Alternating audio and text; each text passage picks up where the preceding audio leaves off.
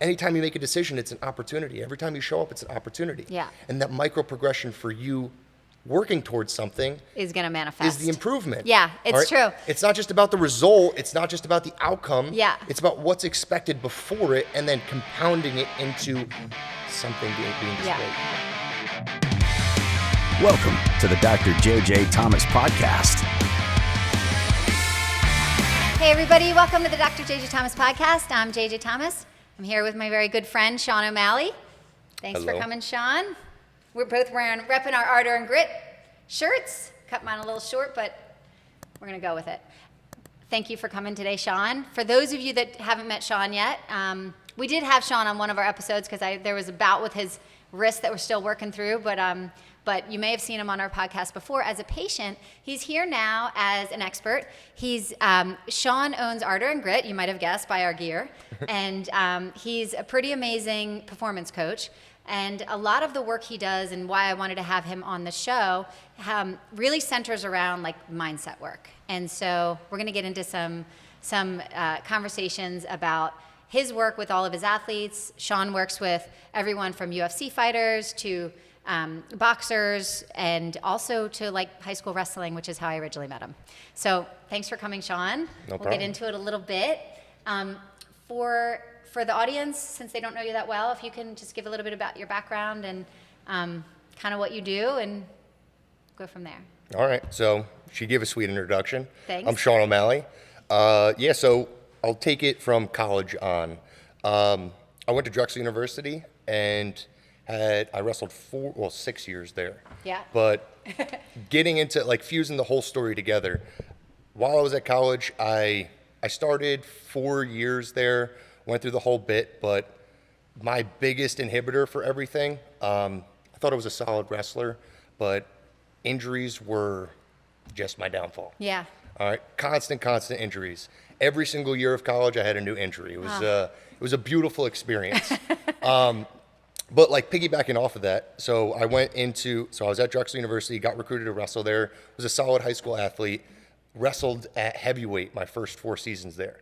So I'm a slim 230 right now with some abs, but before like coming into college, my college coach told me I had to weigh in around like 245, 250, and I took that to the extreme. Okay. Walked into college like 200 pounds, all of a sudden got all the way up to 270. In 6 months, put on 60 pounds, 6 months. Wow. Became a big old boy, and from there segmented into my journey of confronting injuries and health problems. Yeah. So I know this is detracting from the introduction part, but just a No. little story, yeah. No, that's important. I think actually I have questions. Like I think as you're saying that, I'm like, I actually didn't know, I don't think I knew that part of your history. And Yeah. so my face was actually probably more like, oh, I have more questions. Yeah, But so- I don't want to interrupt you, so keep going. Yeah, no, I'll hash out the story. Yeah. Yeah, so I went to college, wrestled heavyweight my first 4 years, put on all this weight, did not perform very well, went through a bunch of injuries. My first college season ended up having this really bad neck infection. Yeah. I looked like a bullfrog. Combined with the double chin of being a fat guy, I also had my entire neck like swollen shut. Yeah. So I ended up getting like my tonsil removed. I got like, tonsillectomy, all this stuff.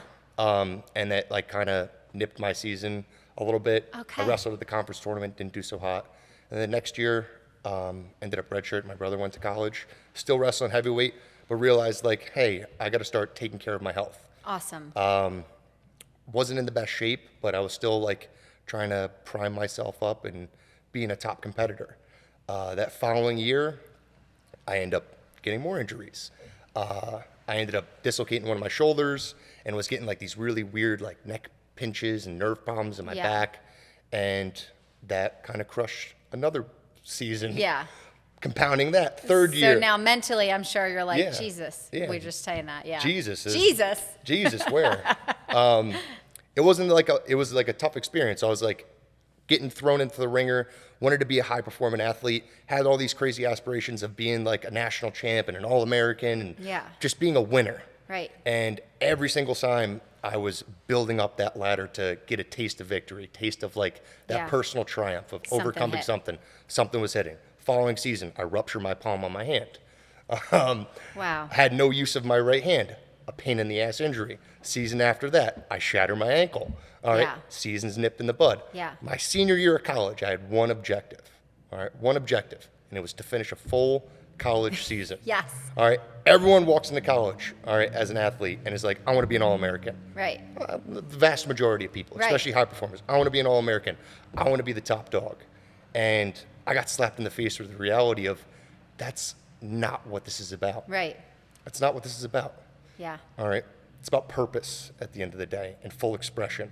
And I felt that if I had a simple objective of finishing 1 year healthy, which wasn't the case, I would be satisfied with myself. I would be able to finish what I started and leave an impact on a community of people. So with that, I ended up, I finished my undergraduate degree in pre-law and finance and had this like great journey, thought I was gonna be a lawyer, had a ton of cool internships, worked in the stock market, all that stuff. And come my last year of wrestling, where I had set that one objective to have a full college season, I was in my graduate program, which was in the entrepreneurship school, in this niche program called New Venture Creation, where at Drexel, awesome opportunity. Every 3 months, you get thrown into these classes and you get to come up with new ideas, come up with new companies, and kind of figure out what was going on. And while I was going through all these, my own personal experience, I saw this turmoil or this shift with kids' perspectives. People, like on our team at least, we had some really, really athletic kids, really, really high-performing athletes, but no one was really clicking or buying into what it meant to live through a purpose. Yeah.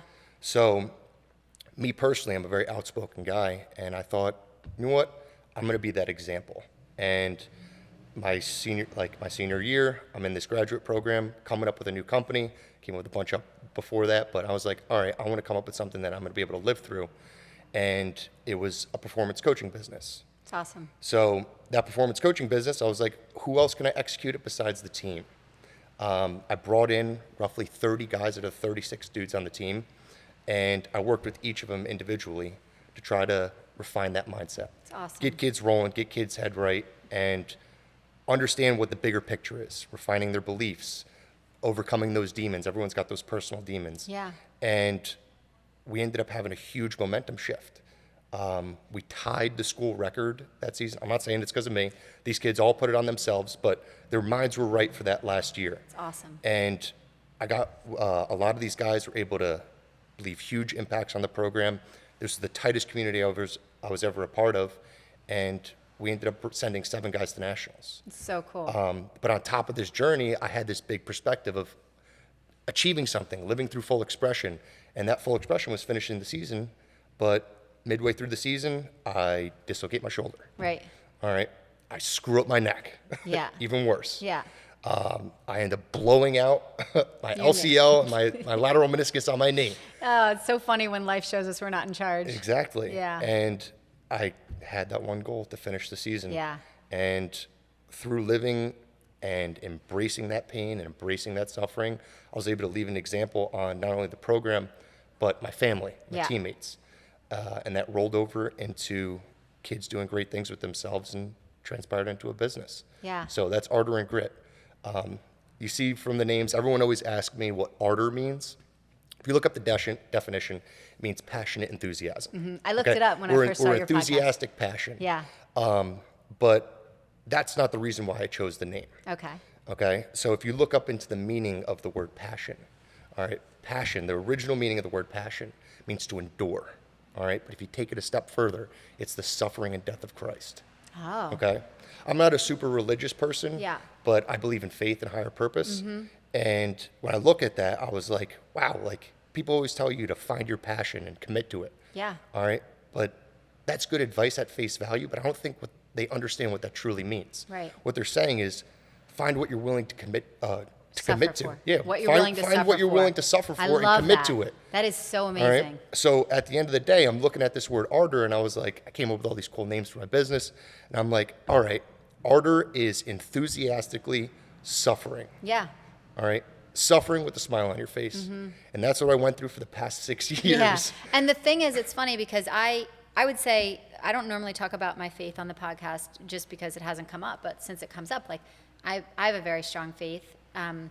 doesn't mean I don't curse or things like that, but the point is, I believe things happen for a reason, and I believe that, like, as you were talking about, your goal was, I believe that, I call it life so that I don't offend people usually, but, you know, whether for you it's life or God or whatever it is, I think life puts things in our direction on purpose, like you said, and sometimes we get something out of it that we didn't expect. And so I'm listening to your story, and all I can think is, you thought your goal was, you thought your fulfillment was going to be to finish the season, but in a lot of ways, your experience with all those guys on the team with you, it pushed you to this higher, I want to say this higher value result of being able to help people through your gifts, through your gifts of instilling a better mindset.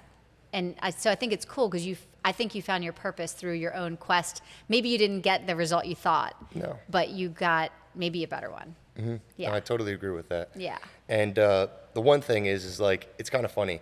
Like at the end of the season, you have like your senior speech. Okay. And it's always a tough pill to swallow for their seniors. I was telling myself like, I'm going to be a tough guy and all this stuff. Oh yeah. But then you get slapped in the face with the reality, and you're like, wow, I dedicated so much time, 18 years of my life, every single day, not going out to parties and goofing off and detracting from all this stuff in high school, and then going to college and being a little bit of a dipshit, but figuring it out and just putting my head to the grindstone, trying to earn something for myself.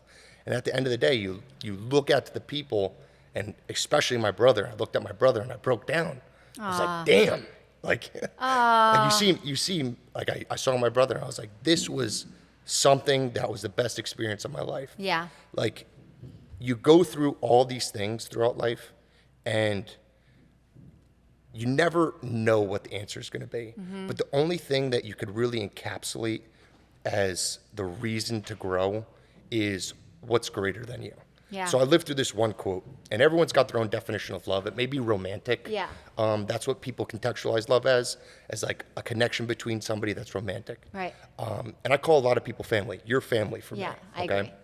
But what I contextualize love as is love is suffering for what is greater and true to you. I'll say that again. Love is suffering for what is greater and true to you. Sure. And in that senior speech, the only thing I could express was love. Because I saw my brother, I saw my family, I saw my team. Yeah. And that was something I was like, wow. Yeah. Like, I was able to contextualize this in my heart, and I broke down in front of like 50 people. And it sucked. I hate seeing people, like having people see me cry, but I was like, I had to express that. And it was just a full expression of who I was. It probably also came with a lot of gratitude, like you said, like we were saying earlier, like your result, your reward was very different than you had planned for. But I can only imagine that, like, while you didn't attain the exact goal that you'd set out for yourself, there must have been this realization that, wow, I gained all of this. I gained all of this love from all these people that I've worked with and had time with. Exactly. Yeah. So carrying that on, I know this is not the introduction, but listen, we're moving with stories. I know, it's wonderful. Everything you say has value. So we're moving with stories. Yeah. So at that moment in my life, I crafted this company. I started working with all the guys on the team. Yeah. I spoke with a couple of the professors that I felt were mentors to me in college. There was this one guy, Stanley Ridgely. Shout out to him. He's a very outspoken individual. Politics are all over the place.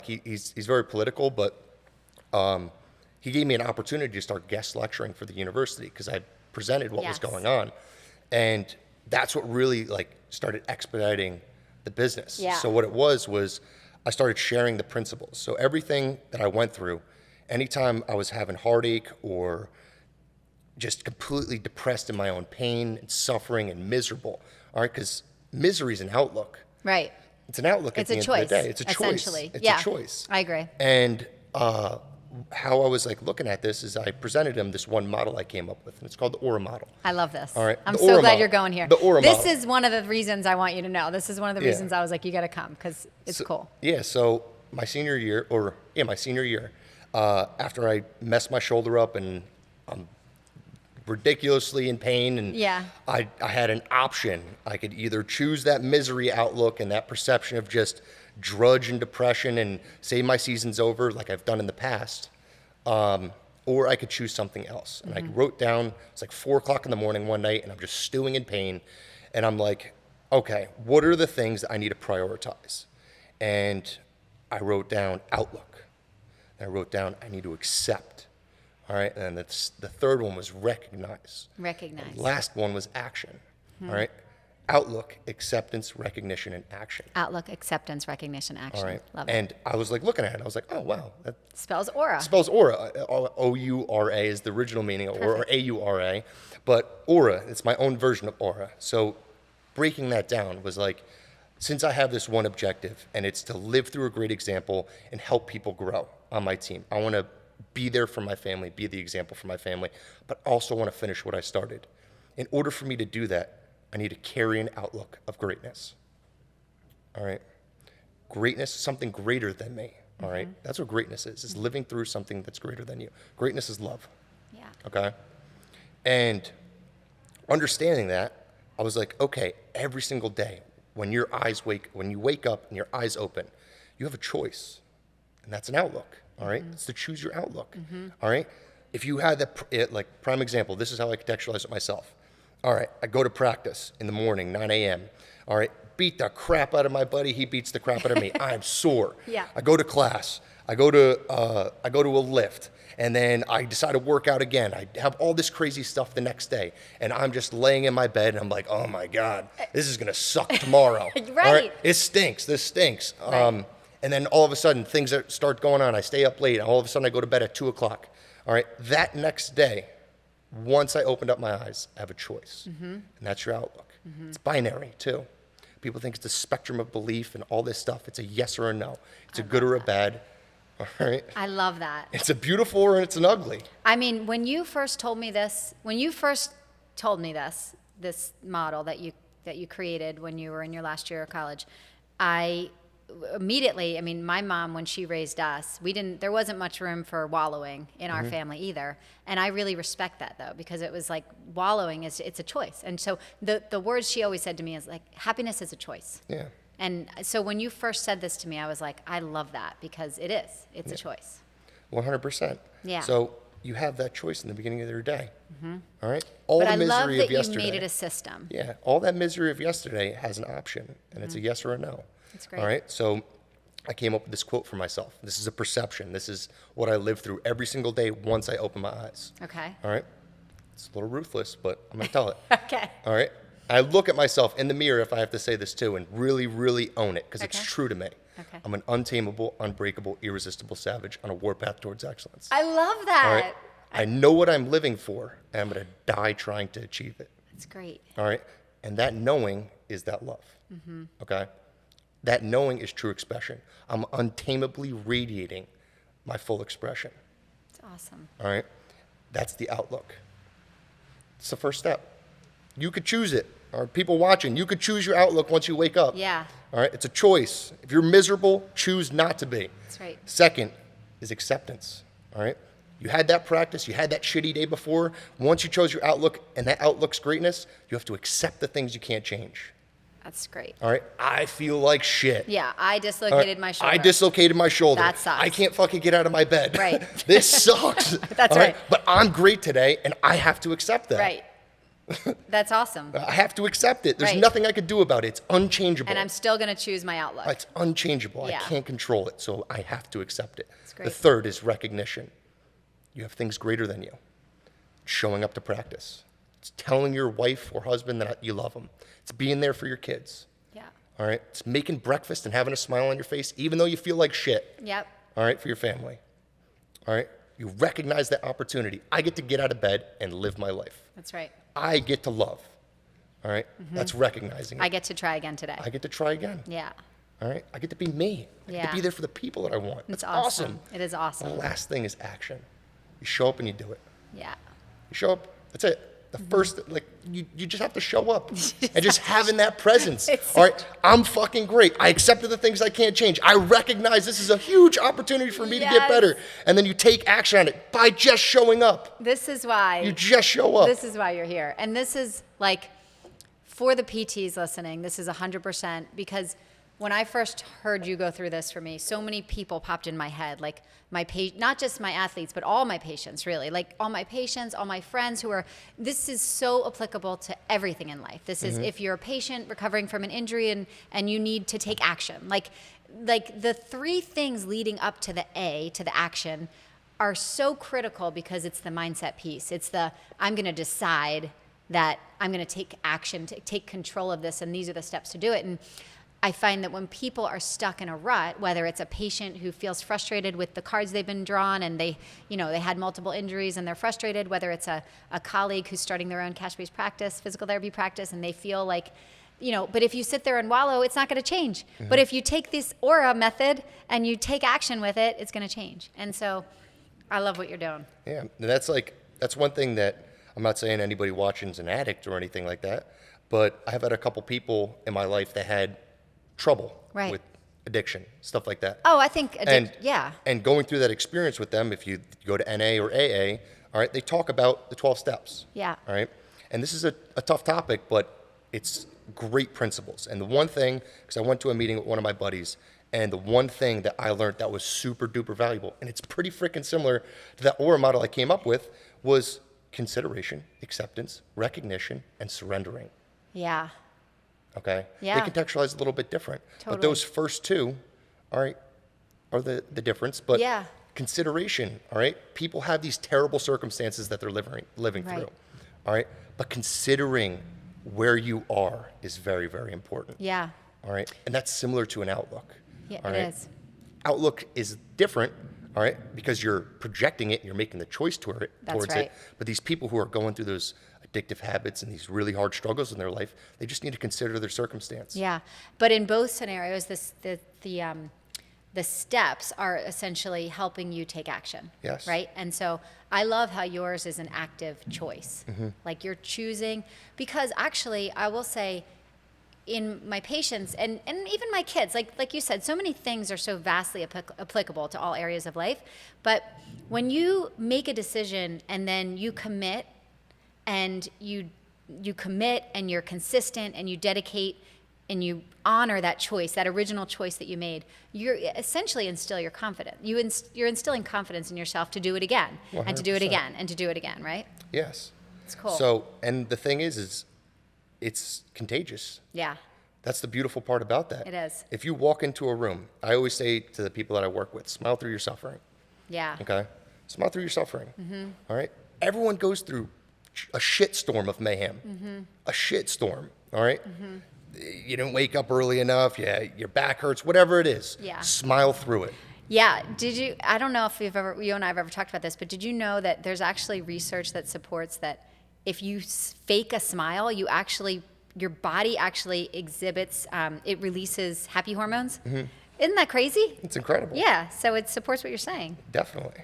So, so to piggyback off of that, what some of the things that I've been doing with the guys that I work with and how we're incorporating not just the aura model, but is this thread of, this tough thread, which is suffering at the end of the day. Endurance.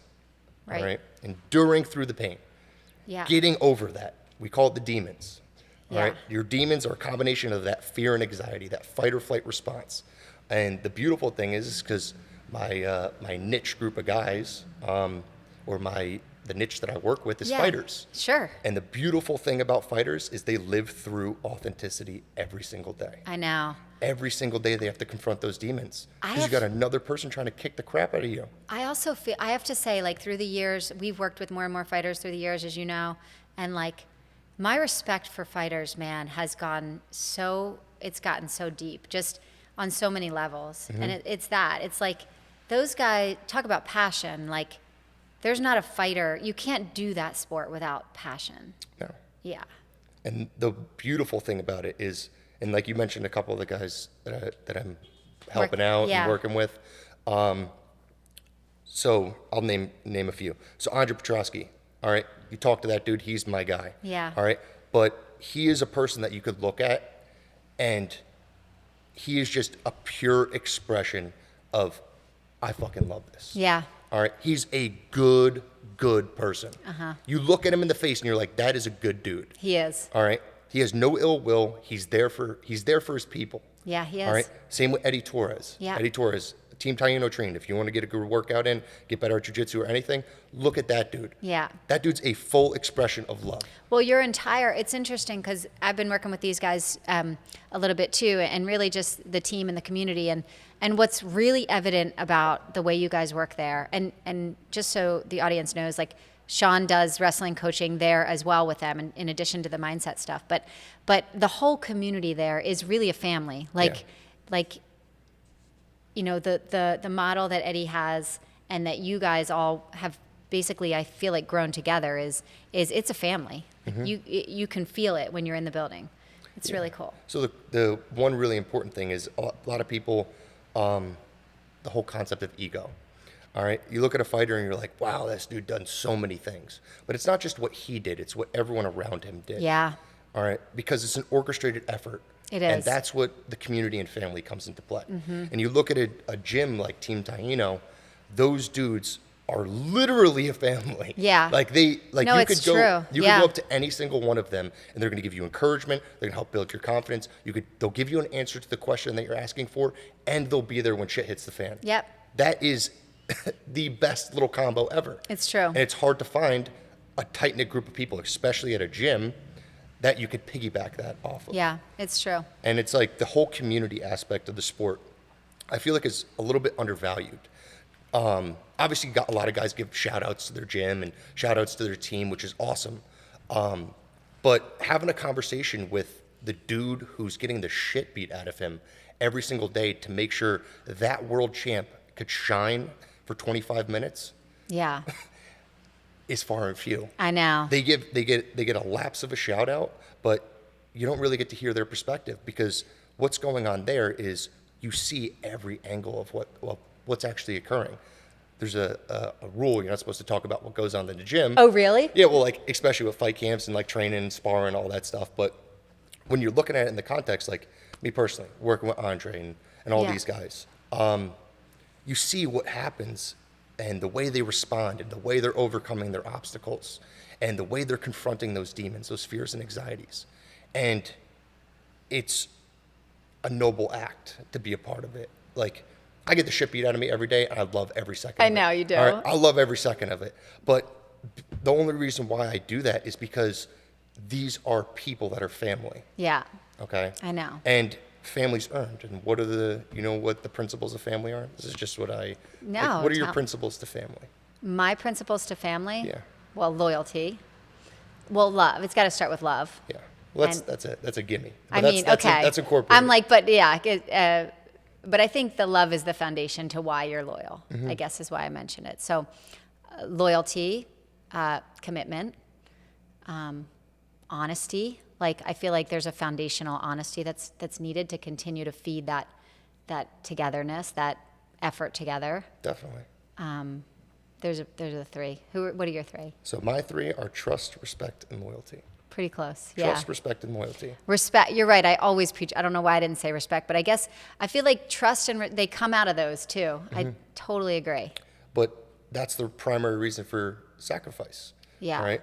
I'll get the shit beat out of me, but if you embody all three of those and it's reciprocated, Yeah. I will be in your corner any day of the week. Right. Especially with the clients that I work with. Right. It has to be mutual trust, mutual respect, Yeah. mutual loyalty. Yeah.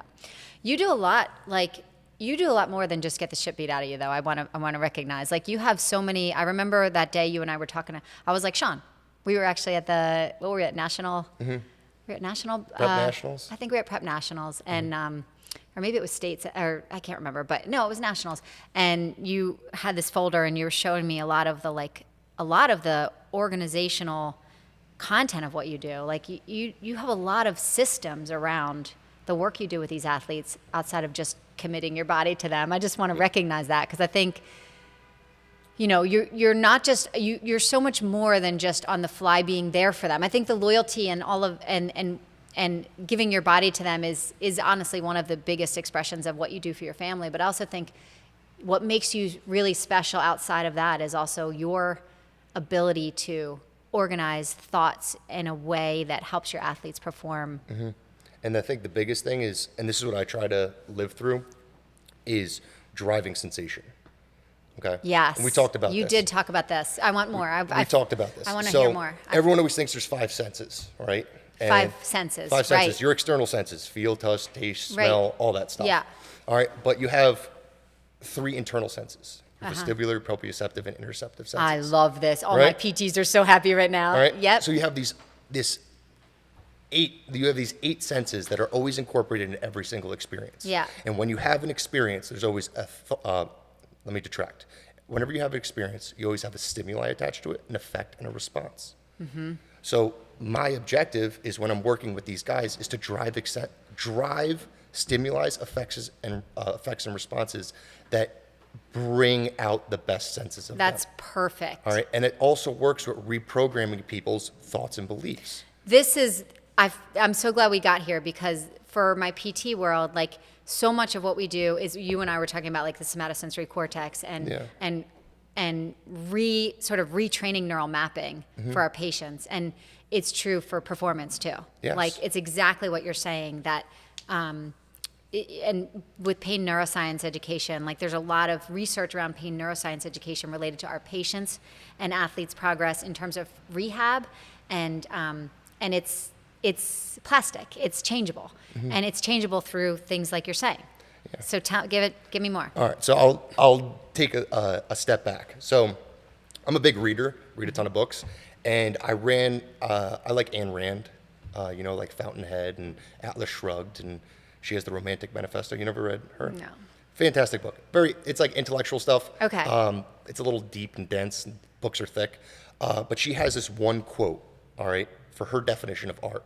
And art is this is her quote: "Art is a selective recreation of an artist's metaphysical value judgment."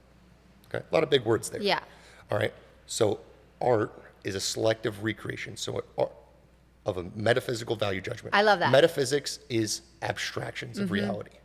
Okay, so the artist sees what's going on. All right. And he selectively chooses. He Yeah. selectively chooses what he would like to recreate as Love his it. perception. Yeah. Based off his own value judgment. What he believes or what she believes. Right. How she views it, her perception, her outlook. Yeah. Okay. And that was a driver for how I came up with this model. Okay. Because when you're going through the ringer as an athlete, going to the practices, going to all this stuff, a lot of people do the same exact structured organization, but they have a selective recreation of what What they're going to prioritize. what they're going to prioritize and what they're going to present. Yeah. So I tell the guys that I work with now, is like the fighters especially, when you step in that octagon, when you step into that cage, it is a full expression of who you are. Yeah. We have self 1 and self 2. All right. Self 1 is going on right now. This is just how Yeah. we function as normal people.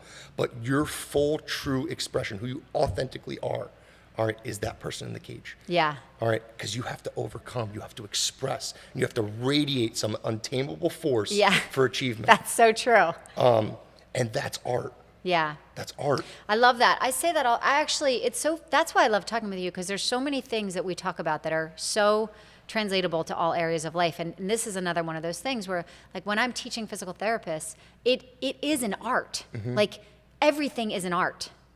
And when you use the definition that you're giving us all, that makes sense. That kind of explains why, because we're all using our own expression of what we find value in. Yes. And that's what makes us each unique and special in our own way. Yeah. And the driving forces are reasoning, our self-esteem, and our purpose.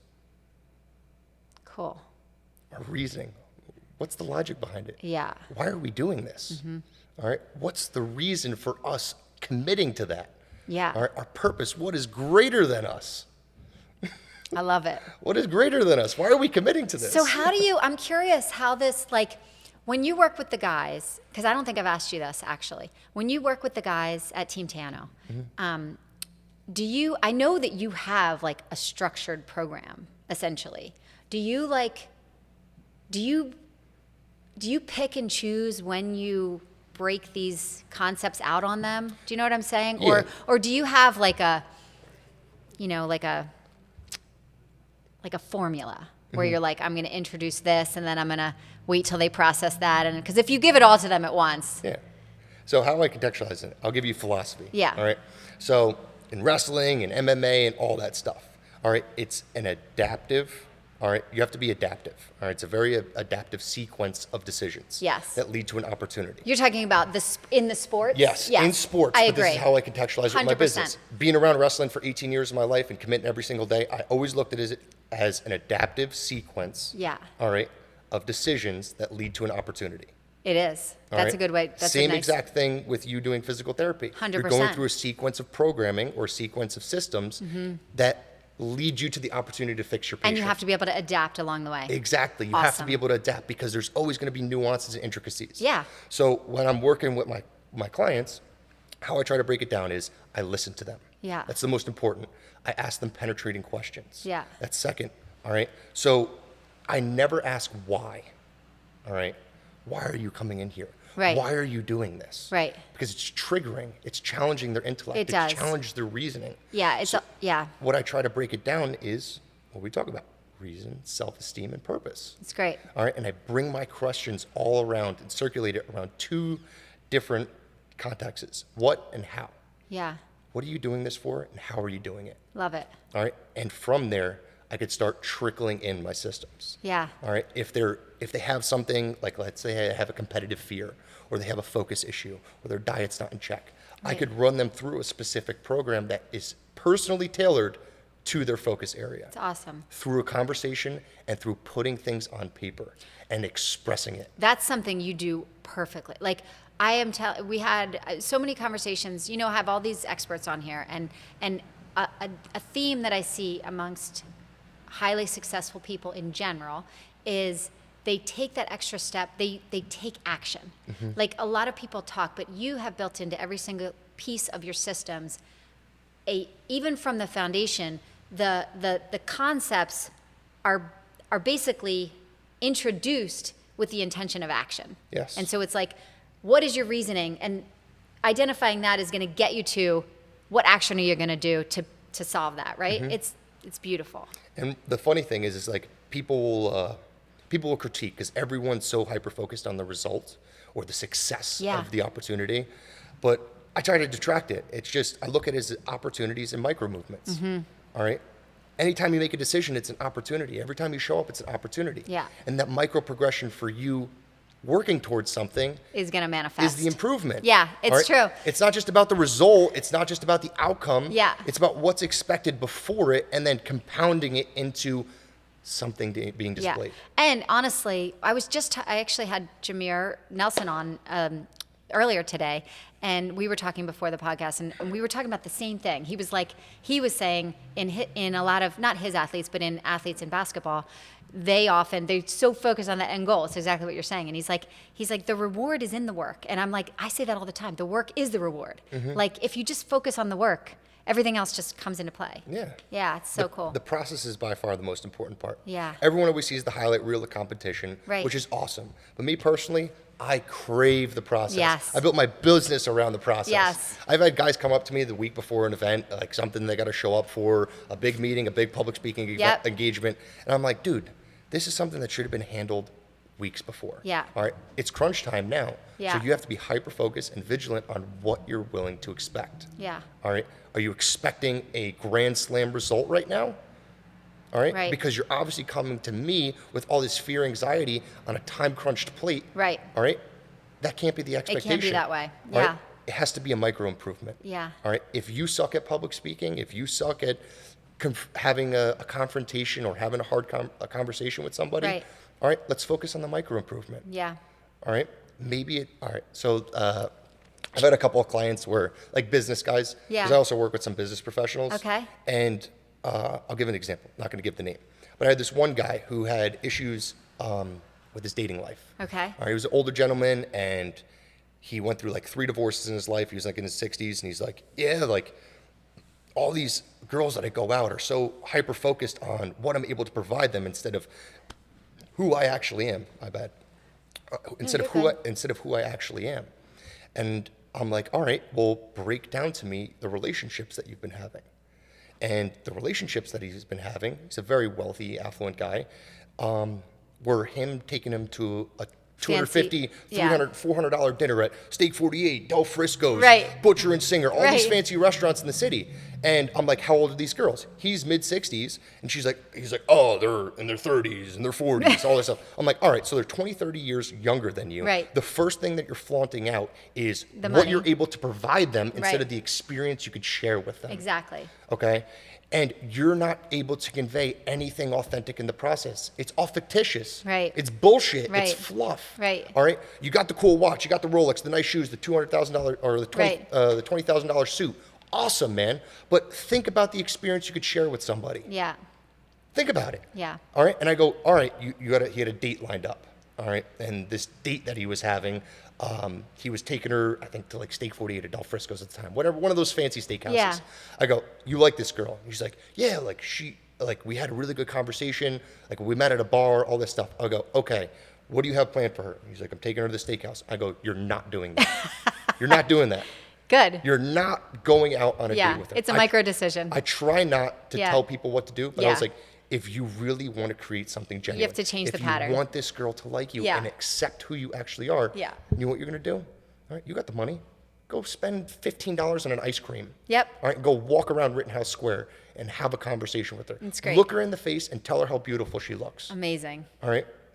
He's dating the girl still. That's awesome. All right, that was 2 years ago. Get a regular hitch. Yeah, it's 2 years ago. I'm like, I'm not Mr. Relationship Advice, but that was something through a system No, it's that you true. could break out. Yeah. It doesn't have to be anything profound. Right. You just have to chunk down your experience You do. and reevaluate yourself. And it's what's your reason? Like what are your goals, right? And your actions have to be in alignment with what your goals are. Mm-hmm. And so you totally pegged it. Like if he wanted girls that valued something other than his financial contribution to them, then he had to show them that from day one. Exactly. That's great. So it's funny. Like I call it side projects. Like my whole focus is working with athletes. Yeah. Especially combat sport athletes, the jiu-jitsu, the wrestling, the MMA, Yeah. Muay Thai, all those guys. But I get all these side projects. Yeah. And these side projects, I love They're taking kind of on. a fun challenge, They're, right? they're fun Yeah. because I get thrown like a billion different obstacles. Like some dude's claustrophobic. I'm helping him out with this. I love it. Like I always say this, I'm not a registered psychologist or Right. medical professional. Right. But I could help you through the systems that Yeah. I came up with, talk through the process. It's very cool. Talk through the process. You have a fear at play, you have an anxiety at play. Let me hear you out. Yeah. And I could help talk you through it. It's very cool. It's just a conversation. I remember when so my 16-year-old is how I first met Sean O'Malley here. He was coaching. He is coaching at our high school wrestling team. And I remember the first night he met you, he came home and he was like, "Mom, there's this new coach. He's pretty cool." And I was like, "Yeah." I was like, "How's he cool?" And he's like, "I don't know. He's really like." He does some mindset stuff that's really cool, Mom. Like, and he didn't have his finger on it yet, but he knew, like, you definitely from day one affected him in a way that he knew was going to be valuable to him. Mm-hmm. And it was cool. And then, yeah. The one thing I try to, and this is just from my own personal experience, not knocking any psychologist or mindset coach or anything like that. But I feel like these people try to put out an image, all right? And it rubs some individuals. A lot of people buy into it, and, Yeah. it's beautiful. They have great things to express and to share with people. But I feel like it's unauthentic. And what I try to hyper focus on is my authenticity and the truth. Yeah. All right. I don't know your truth. Right. But expressing it to me and helping you, like guiding you through the process to express your own Yeah. truth is the hardest thing for people. Yeah. Some people don't know their own truth Some until people, they they uncover don't. it. It's 100%. It's funny. Yeah. Yeah. And that's what I was trying to do with your boys. So Yeah. it's like every single practice, I coach the guys now. Every single practice, we focus on principle. It's awesome. All right, because principle allows you to express what's going on next. Yeah.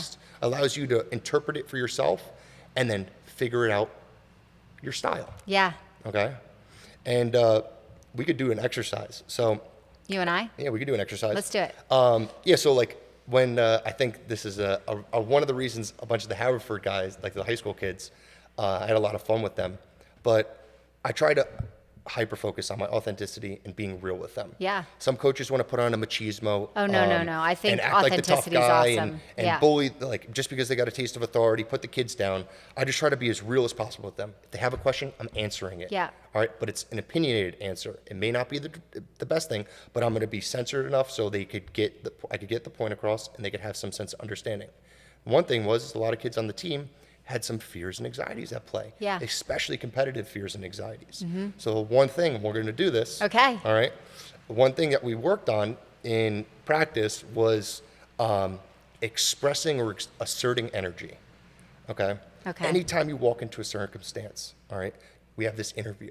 Yeah. Right? We have this conversation right now where you have to go work on a specific client. There has to be some energy at play. Yeah. You have to convey, all right, that enthusiasm. You have to convey that purpose, that drive, that self-esteem, that confidence. Yeah. All right.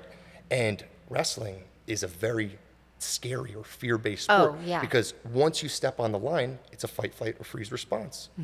All right. Especially if you're new to the sport. You got to wear a singlet. You're all of a sudden you're awkward. You feel like people are judging you. Well, you get your butt kicked. It's a scary experience. And I can relate, like, just with jiu-jitsu, like I say that all the time. Like, sometimes even still, I've been doing jiu-jitsu a long time, and there are so many times where I'll be rolling, like if I'm rolling with somebody and I get caught up in my thoughts. Like, I know that I've learned something to defend a move that they're going for, but I might freeze. And I'm like, oh my God, I don't know. I say to people all the time, like, I'm a blue belt, and I'm like, I feel like I need a white belt. I need to go back to white belt, because there are so many times where I'm like, oh my God, I clearly don't remember anything, you know?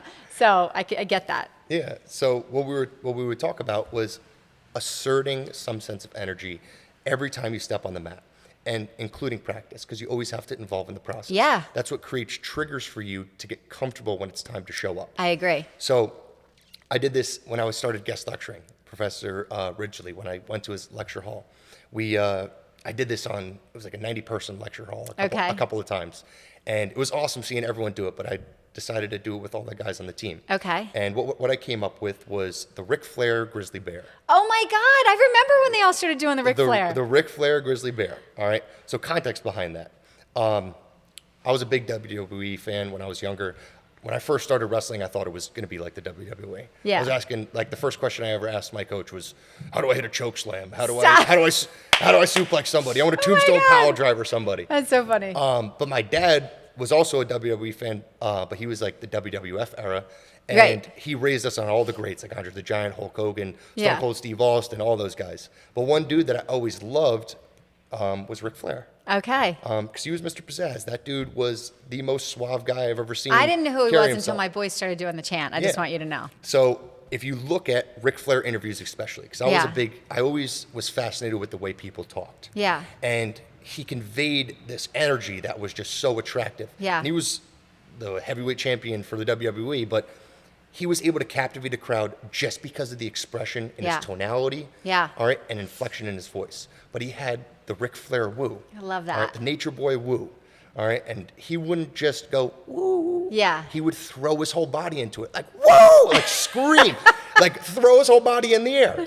All right, so that's the full expression. That's setting the tone or asserting the energy of Ric Flair. Yeah. All right, and the next one is the grizzly bear. All right, now mama grizzly bear's with her cubs. She's walking around the forest, and all of a sudden a fox trickles up, steps on a branch, and the mama's right by the cub, and the cub wandered off a little bit. What's the mother going to do to protect that cub? She's going to get on her hind legs and, she's not going to go over there and just, Yeah. Like, she's going to be like, boy, if you go near my child. You mess with my baby, Yeah. you're getting the full You're mama gonna be bear. dinner. Exactly. Yeah, yeah. So that was the Ric Flair and grizzly bear. I love that. So it's conveying that full expression and setting the tone Yeah. for what's going to happen next. It's awesome. What's going to happen next? It doesn't matter if you're I'm going to be the nonchalant, funky guy and be loosey-goosey and all that stuff. Right. At least you're setting a tone of excitement. Yeah. That's what we want. And is intention. excitement and intention. Yeah. All right, there's intention behind it, which is beautiful. It's You want awesome. a Ric Flair grizzly bear? So does that mean I'll stand up and do it first. So, Ric Flair, he doesn't just go, woo, right? I've never heard it. I've only heard the boys do it. You only heard the boys do it? So, They always did 2 claps and a Ric Flair. yeah, Right? 2 claps for Ric Flair. Like, that's like our high school coach in football used to do that all the time Okay. too.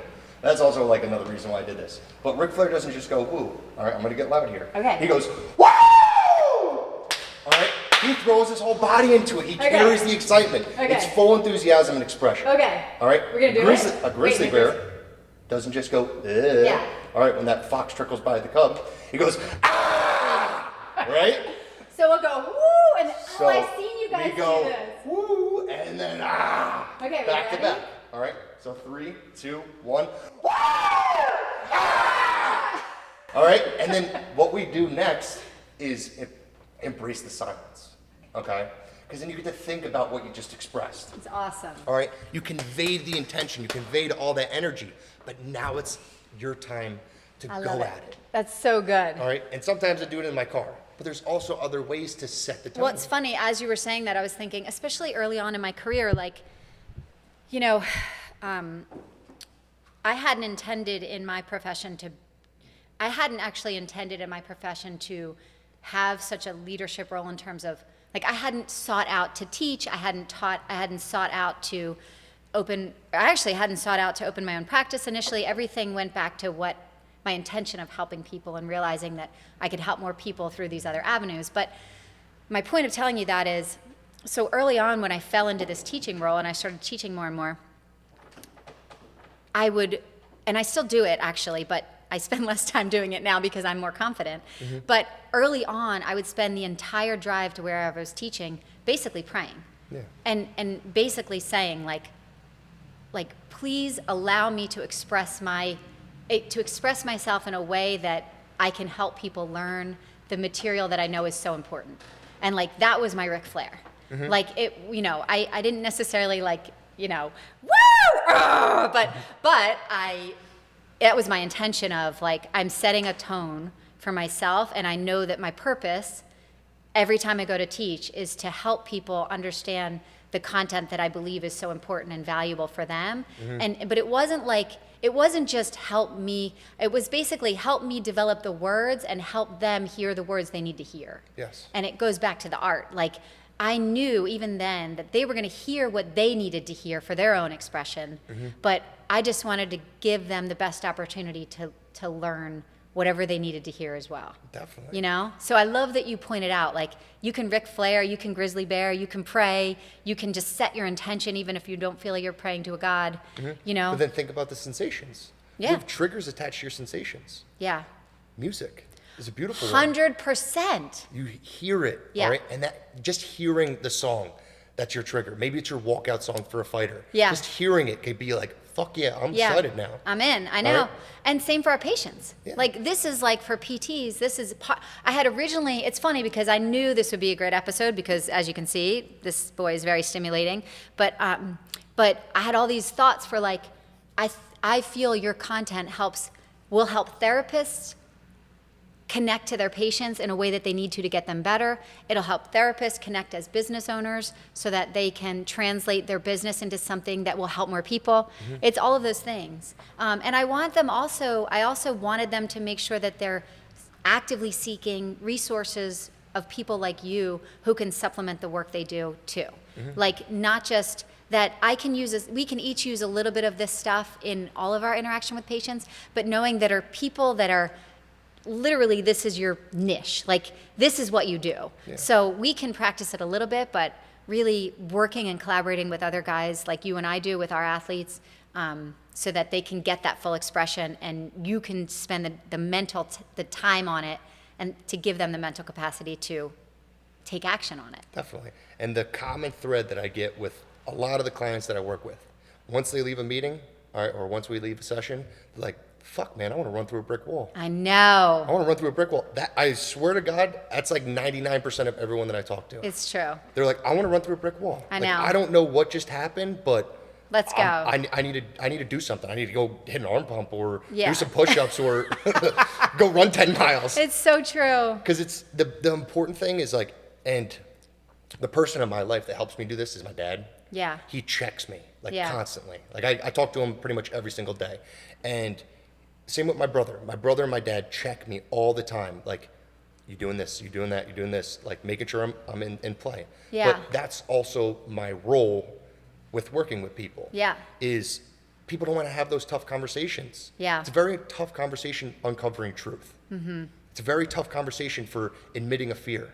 Yeah. It's a very tough conversation for expressing logic and emotion at the same exact time. Right. Uncovering your reason and why it's so fucking important to you. Yep. Like, I love this. Like, that's an emotional response, but there's also logic behind that love.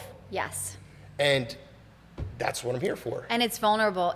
I understand what you're saying. Like it puts someone in a vulnerable position to share that with you. But I think what I'm processing as we're talking is the way you're able to support your athletes in expressing themselves through that vulnerability is because you've already laid the foundation of love and support. Like they know their family to you. They know that they have that trust, respect, and I forget what the third one was. Loyalty. But and loyalty, so they can be vulnerable. Yeah, and then how I incorporated it, because my whole business is around family. Yeah. Okay, and when you become a part of my business, like you start working with me, we bring you on, I make sure I put a concerted effort into making sure you are family. Yeah.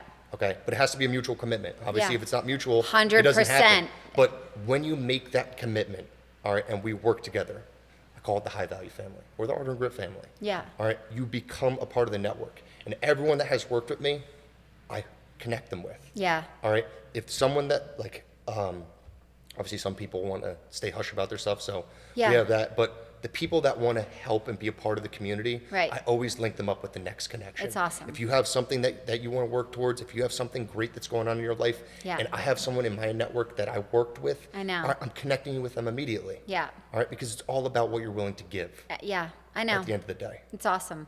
All right. Everything you're doing is awesome. I love it. I think, is there anything else you wanted to get out? I want to wrap up, but we could wrap up. But one thing I wanted to say, I want to give a couple shout outs. Oh, yeah. So Team Taino, I help coach wrestling over there. I also train jiu-jitsu. I'm going to start competing soon. So if anybody wants to see me compete, just got to work with homegirl to make sure she's helping me get recovered from some injuries. He's doing it. But Team Taino MMA, they are the tightest family in MMA. Yeah. All right. They are beautiful people, a great support network, and you will be surrounded by killers and become a killer yourself if you go there. Philly MMA, there's a ton of gyms. There's Webb's, Marquez. We're kind of like a tight-knit community, all three, and we shuffle around gyms. Yeah.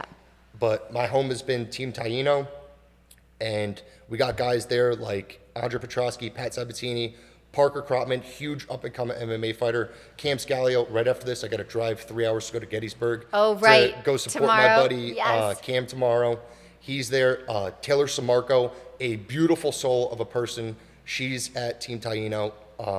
If you want to become a better person, test your own mental gangster and really confront some of those demons while also becoming a badass and be surrounded by them. Show up to Eddie Torres' gym, Team Taino trained in Haddonfield, New Jersey. Second off, if you're a new person with JJ, she is a great fucking person. She is a great person. All right. Thanks. You cannot discredit the effort that this person, that she puts into other people.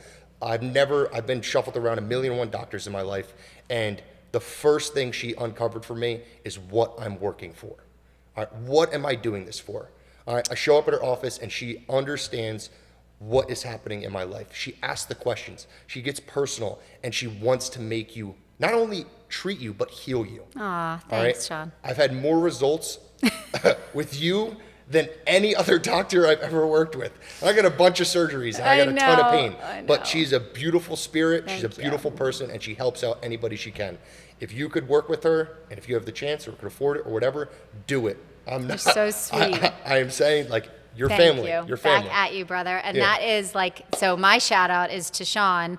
If you guys are like, obviously you're listening, but check out Sean has his own podcast, Ardor and Grit. Check out his performance coaching business. If you need to get in touch with him directly, let me know. He is, like I said, game changing in terms of the mental side of performance. I've seen it through my son and all the boys on the team and Team Taino and all the athletes that we collaborate already with. So really, really awesome working with you on so many levels, Sean, as always. And check them out, you guys. Yeah, if you want to follow me on Instagram, or if you're interested in working with me, my Instagram handle is Sean, SEAN, Ardor and Grit. Spell it this way, ARDOR and ANDGRIT. Ardor and Grit. Yeah, DM me. I'm in the works of building out a website, so once that gets up and running, I'll post something on social media about it, and people could start applying through there. But if you're interested in working, DM me on Instagram. We got to end with a Ric Flair and a grizzly bear. All right, Ric Flair and ready? Grizzly Bear again. Are we ready? You're gonna count it off? All right, yeah, 3, 2, 1. Okay, wait. Yeah, that wasn't it. No, that's not it. I'm ready now. All right, 3, 2, 1.